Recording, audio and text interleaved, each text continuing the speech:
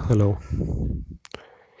11, 111, 1111 എന്നീ പറയുന്ന സംഖ്യകളുടെ സ്ക്വയർ എങ്ങനെ കണ്ടുപിടിക്കാമെന്നാണ് പറയാൻ പോകുന്നത്.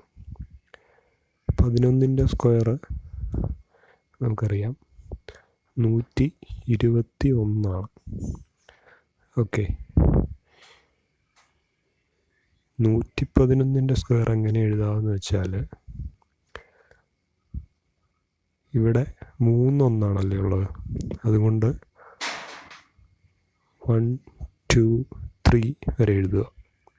കൗണ്ടിങ് നമ്പേഴ്സായിട്ട് എഴുതുക. 1, 2, 3. ഇവിടെ 3 വണ്ണുകളാണുള്ളത്, അതുകൊണ്ട് തന്നെ 3 വരെ എഴുതുക. എന്നിട്ട് തിരിച്ചെഴുതുക. 3 വരെ എഴുതി ശേഷം 2, 1 കൂടെ എഴുതുക. തിരിച്ച് 1 നിന്ന് 3 വരെ പോയി, 3 നിന്ന് തിരിച്ച് 1 വരെ വന്നു.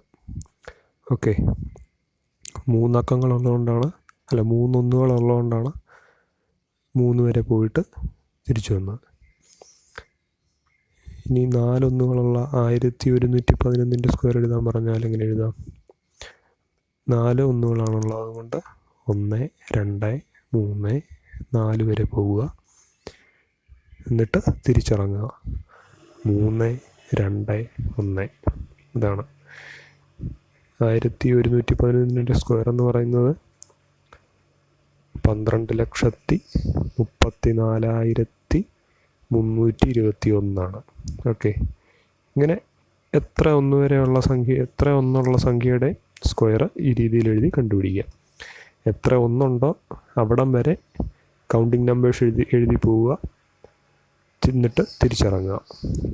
Okay, thank you.